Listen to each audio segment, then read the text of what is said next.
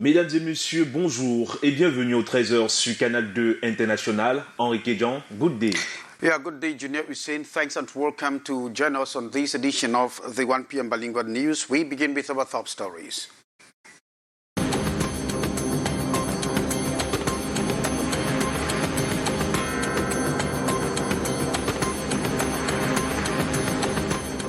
Sudden death of 4 people in Tico as a result of suspected food poison, 4 others in very serious intensive care. 5 morts et de nombreux blessés graves à Fongo-Tongo. Le grave accident de la circulation qui s'est déroulé après la forte pluie de dimanche dernier au lieu dit Aput à l'ouest du pays a traumatisé les quelques survivants sur les 20 passagers du Quester accidenté. On en parle dans ce 13h. And suspected armed gang apprehended in Yaoundé. The group is specialized in robbing high-profile personalities. And Ramadan amid COVID-19 pandemic, Muslim faithfuls reminded to respect barrier measures. Those were our top stories. In a split second, you'll be having the news.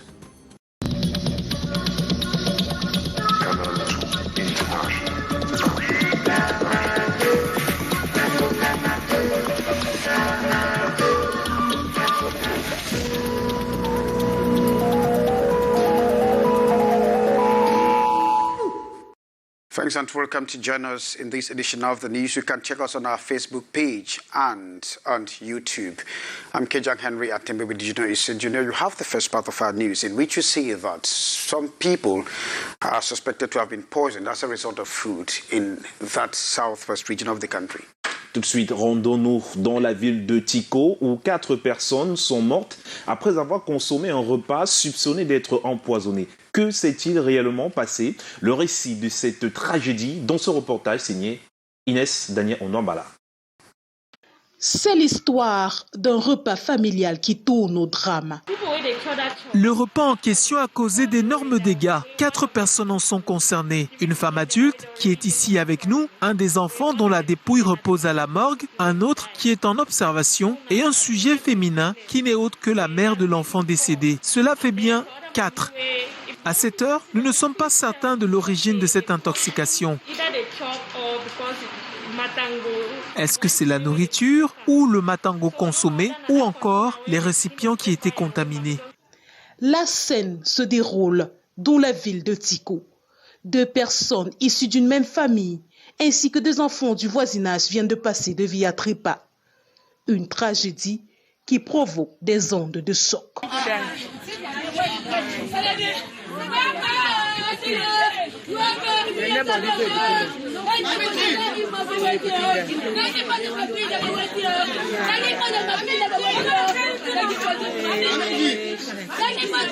À l'hôpital de district de Tico, l'équipe médicale est mobilisée pour sauver les patients qui ont tous consommé du couscous maïs aux légumes.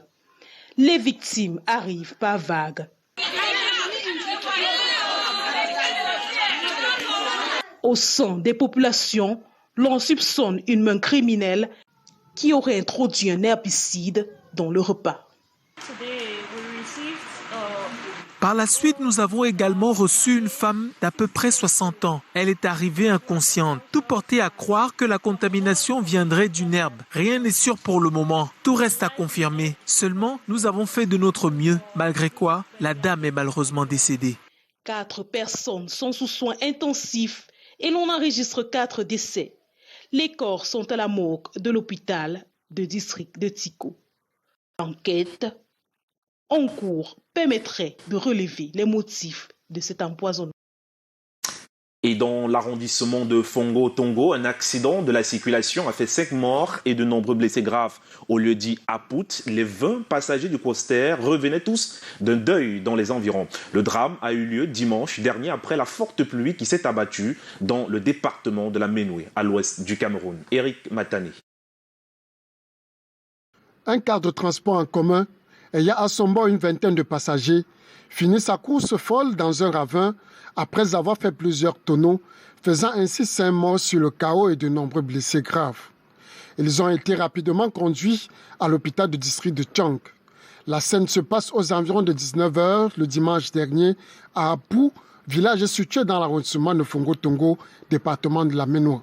Selon les sources de forces de maintien de l'ordre, ces personnes revenaient d'un deuil dans les environs. Cet accident mortel a attristé les populations de cet arrondissement qui s'inclinent sur la mémoire des disparus. Occasion pour le maire de Fongo-Tongo, Paul Ndongue, de se rendre au chevet des accidentés pour leur apporter le confort des populations de la contrée qu'il dirige.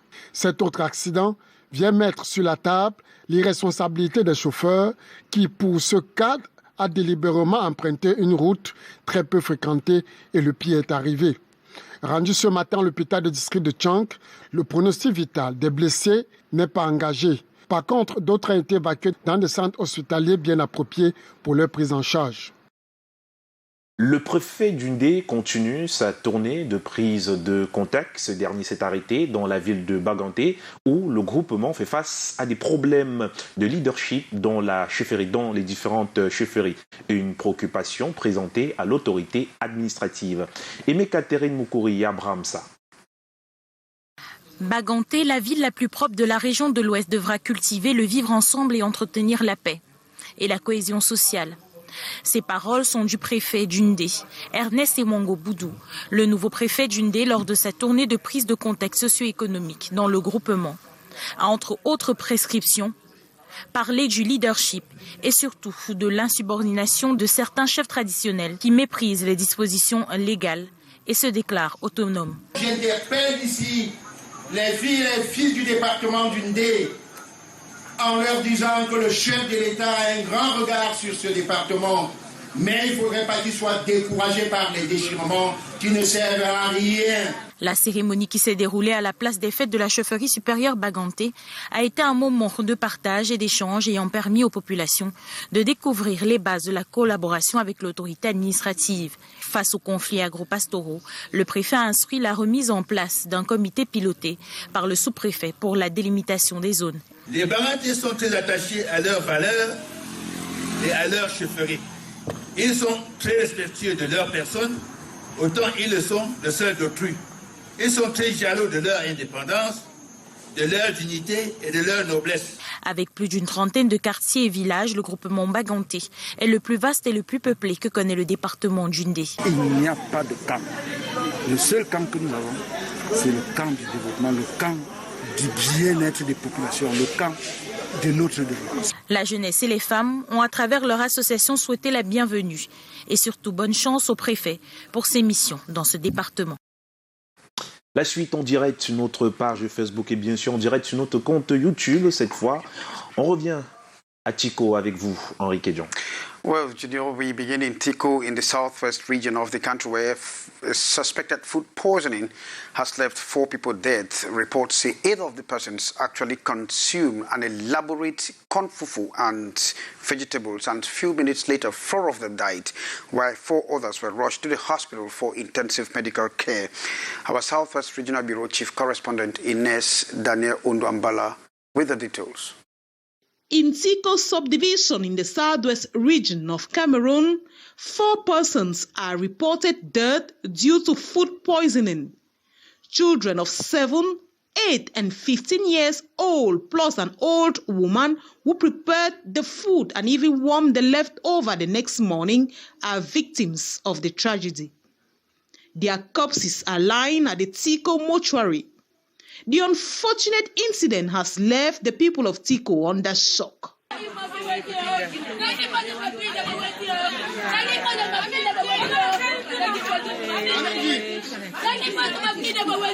At the emergency unit of the Tiko District Hospital, 4 persons are under intensive care. These children were brought here by their family members and neighbors.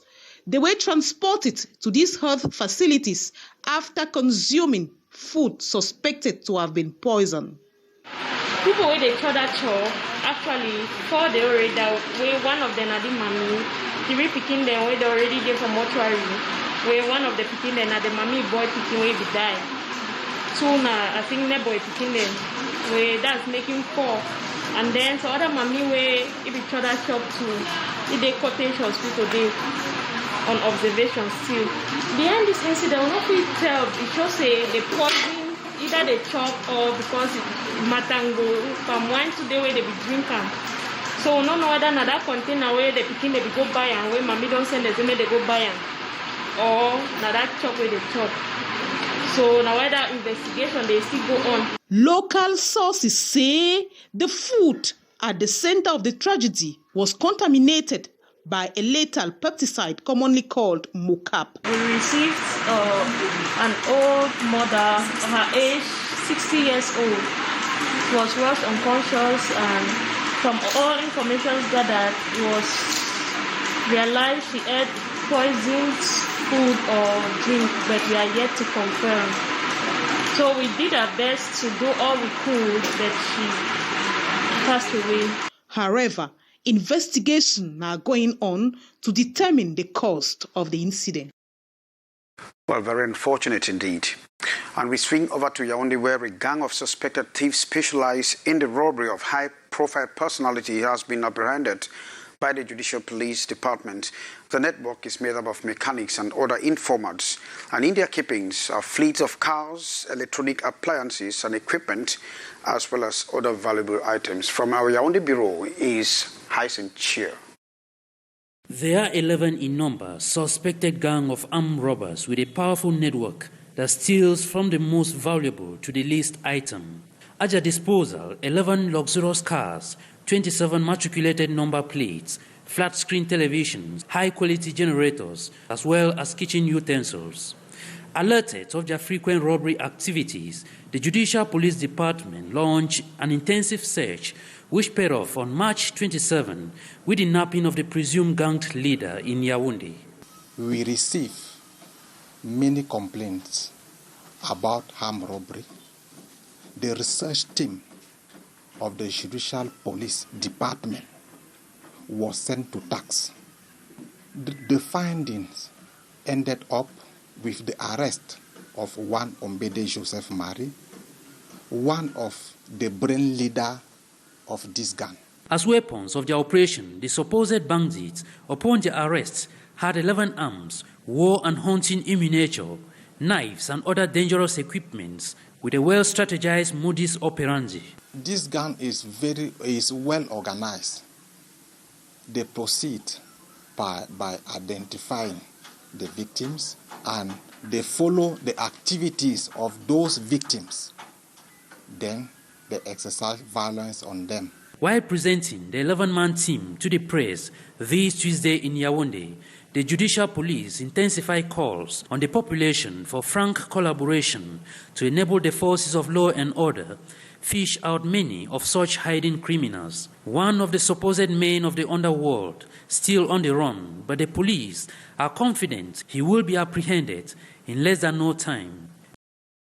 It's very much Hyacinth Cheer. And we stay in Yaoundé, where merits and hard work have seemingly been dumped into the dustbin in favor of recommendation letters and bribery as far as competitive examinations into some high-profile schools are concerned.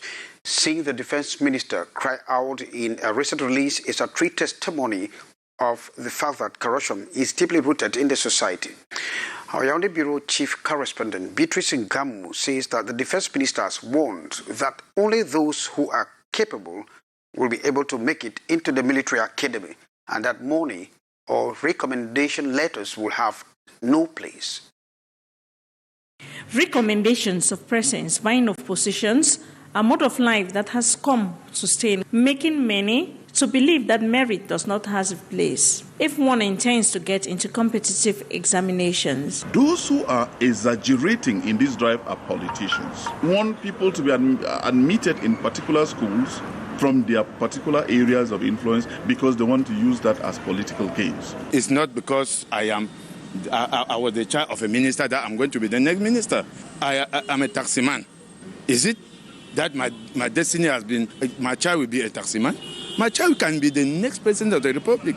Leaving those who can very sure, even if their heads are empty. Are going to create us jobs, even if we are the worst of students, even if we cannot write a paragraph in English. I think it needs to be condemned. The whole system, in fact, is to be changed for us to have to be up a nation where merit chose. The recent release by Defense Minister announcing recruitment in Temia and condemning all other transactions is not new, but important for others to follow suit. Then the children of the very poor in the cantons, in the furthest of the villages, who are hardworking, can get to the best places.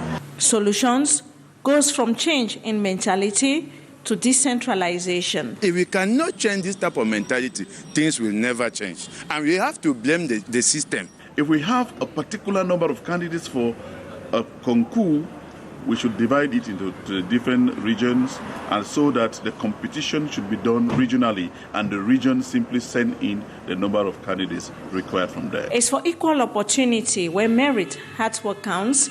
As a result, outcome will speak for themselves. Thanks very much, Beatrice Ngamu. Junior, you see, we are moving to Bafia, in which you see that the town of Bafia has taken the relay button from Bafoussam when it comes to the inoculation of people against COVID-19. Et après le lancement de la vaccination par le ministre de la Santé publique, c'est au tour des hôpitaux. Bafia a lancé les hostilités ce 13 avril 2021 au cours d'une cérémonie présidée par l'inspecteur général des services médicaux et paramédicaux, représentant du ministre de la Santé publique, Karel Meza-Tchatchoya et Michel Foucault. La situation épidémiologique de la Covid-19 dans le Mbamé-Inoubou est préoccupante. Sur les 1026 personnes testées ces 8 dernières semaines, 148 sont sorties positives. Le vaccin Sinopharm est accueilli ici à bras ouverts par le directeur de l'hôpital de district de Bafia, qui, après avoir pris sa première dose, invite la population à venir se faire vacciner. La population de Bafia demande déjà le vaccin. Ils veulent se vacciner. Parce que là où on parle là, il y a 54 personnes sous traitement. Ils se sont déjà protégés contre la pandémie tueuse. Le préfet est le premier magistrat de la ville aussi. Pour ces premiers vaccinés, les habitants doivent hâter le pas au risque de passer à côté d'une telle opportunité. Nous sommes venus aujourd'hui montrer l'exemple à toutes nos populations qu'il faut que tout le monde se protège contre cette pandémie en vaccinant. Le lancement de la vaccination dans l'Mbamé-Inoubou a donné l'occasion aux autorités de faire un plaidoyer à l'endroit du gouvernement, celui de renforcer le plateau technique de l'hôpital de district de Bafia, dans la liste des besoins, des équipements d'oxygène et de radiologie. Le personnel aussi a besoin de renforts, pas de spécialistes comme un pédiatre, un chirurgien, un gynécologue. Un clin d'œil de ce côté va améliorer la prise en charge des malades dans cette partie du pays. La ville d'Unfou, dans la région du centre, a son nouveau commissaire de sécurité publique, Jean-Michel Bengono, est celui qui devra s'atteler à tordre le cou à l'insécurité dans cette partie du pays. Nommé par décret présidentiel, il a officiellement pris fonction le 6 avril dernier. Karel Meza-Tchatchoya, reportage. Nos actions au 4e arrondissement ont été très porteurs parce que nous sommes spécialisés et nous sommes des hommes aguerris pour combattre le grand banditisme et la criminalité dans la ville de Douala. La ville de Douala aujourd'hui a besoin de commissaires qui sont dévoués et qui sont véritablement au service de la population.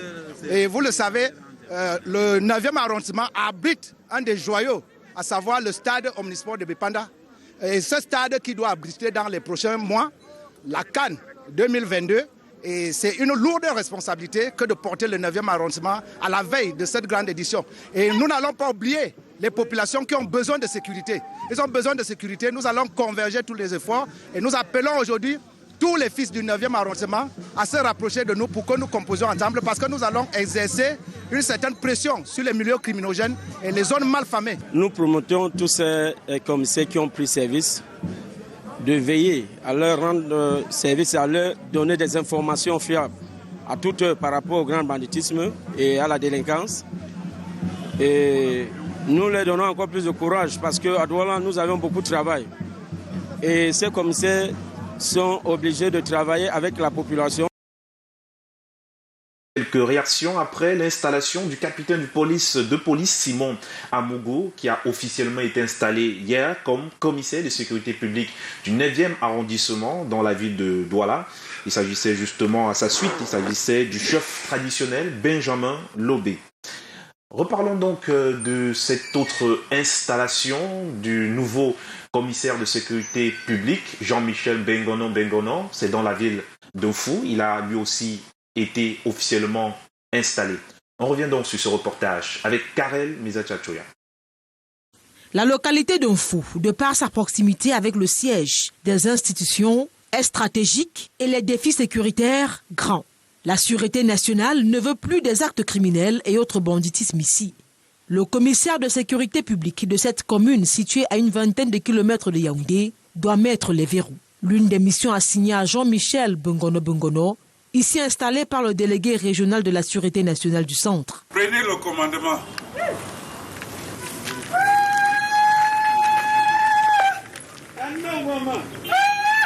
Les malfrats et hors-la-loi ont face à eux un bourreau redoutable. Sa mission est lourde.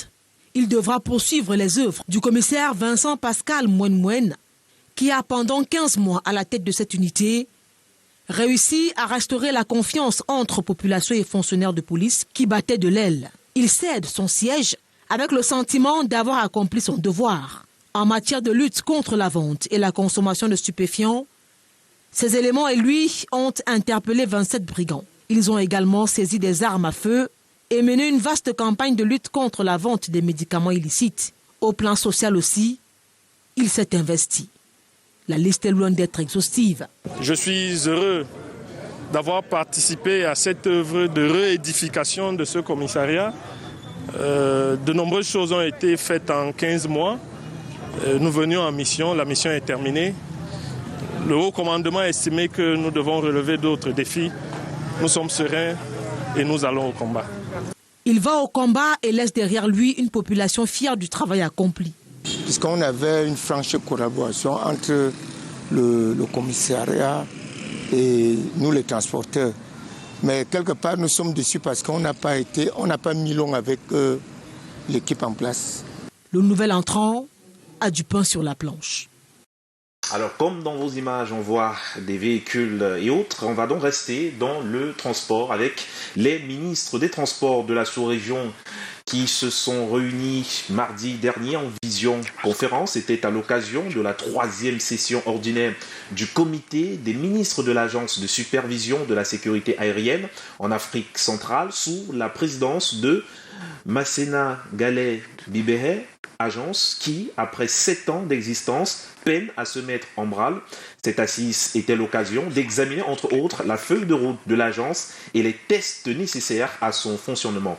Je vous propose d'écouter Marie-Paul Assoumou-Koki, présidente du comité de direction.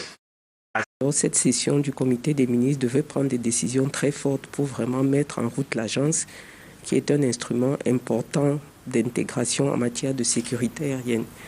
L'objectif un peu, c'est de... Là, les ministres, par consultation à domicile, avaient déjà adopté ce qu'on appelle le règlement de base, c'est-à-dire que le règlement en matière de sécurité aérienne qui va régir tous les pays de la CEMAC. Concrètement, qu'est-ce que ça veut dire? Les règlements que nous avons au Cameroun pour émettre, par exemple, les licences de pilote ou les certificats d'aéronefs seront les mêmes au Gabon, en Guinée équatoriale, etc. Suite avec vous, Henrique Jean, vous me parliez tout à l'heure du Ramadan. On parle de le Ramadan célébré, qui se célèbre dans cette période de coronavirus. Yeah, of course. This is the second year running in which Muslim faithfuls are going through Ramadan fasting amid the COVID-19 pandemic. Now, with the pandemic still showing its ugly face, Muslim faithfuls have been reminded on the need to respect barrier measures put in place by the government. The call was made recently by the divisional officer for Yaoundé 2 or Yaoundé 1 during a visit with the Imam. Details with Yaoundé Bureau Chief Correspondent Beatrice Ngabou.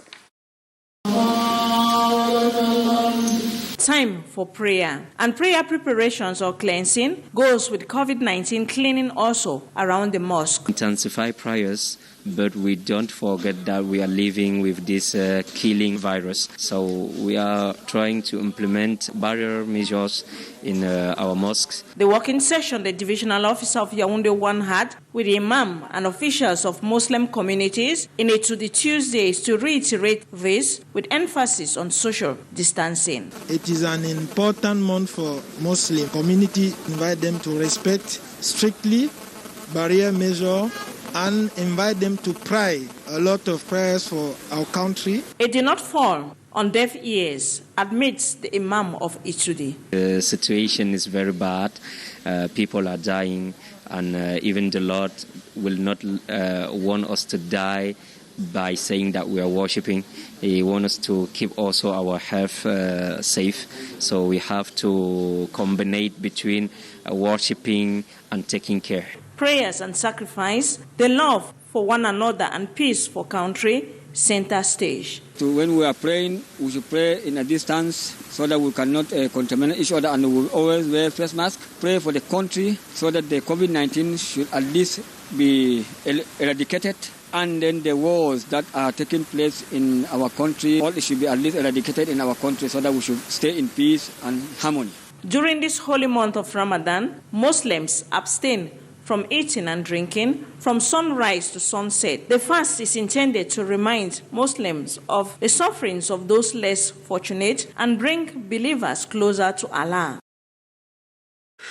Well, thanks very much, Beatrice Ngambo. We move over to Garwa, where young boys and girls of the Muslim faith in Garwa, north region of the country, have been schooled on the importance of respecting certain values for a better future. This was during a conference in Garwa in prelude to the start of the feast of, or the start of Ramadan, during which they were warned to abstain from sexual activities during this period.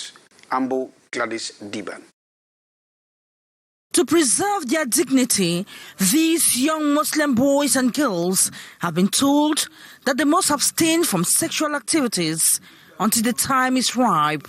These young people were cautioned at this conference in Garwa in the north region of Cameroon, during which they were equally urged to prepare for their future by respecting religious rules on behavior. We have also told them about the challenges they will face during this Ramadan period, such as what to do if they fall in love. The best will be to approach the parents of the one you love. We have exhorted them to respect Islam orientations in order to receive blessings, and as such, they must marry as virgins because Islam is against disorder. Here, they are talking about chastity and awareness as key to success. As young girls, we must preserve ourselves for the future, respect young boys, and avoid defying God's commandments. As concerns drug consumption, each and everyone has their choice, but Islam is against drug consumption. The conference that coincided with the resumption of classes for the third term of this 2020-2021 academic year gave the opportunity to the organizers to urge the students to concentrate on their studies for good results. Well, thanks very much, Ambo Gladys Diban. And in Fumban, that is in the west region of the country, Muslim faithfuls have been exhorted to be sincere throughout this period and pray for the end of the COVID-19 pandemic. Regina Leketandak.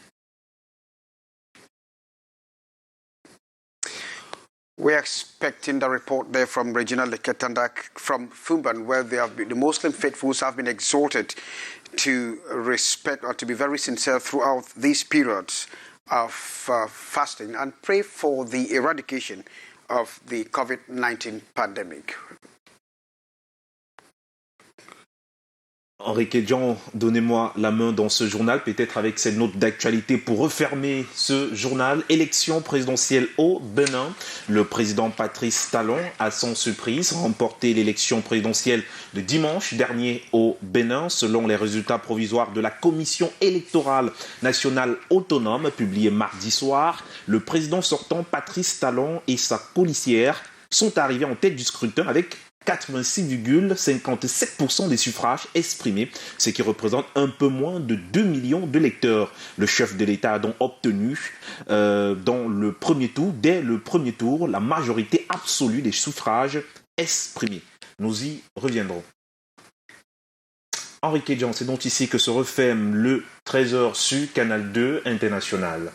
Well, thanks very much for having watched this edition of the news, in which we got news of the sudden death of 4 people in Tiko, southwest region of Cameroon, on suspected food poisoning, and of course, a gang that has been apprehended in Yaoundé for robbing high-profile personality. I've been Kedjan Henry, Atembe, and Junior Hussein. We thank you for watching, and keep watching programs on Canal 2 International.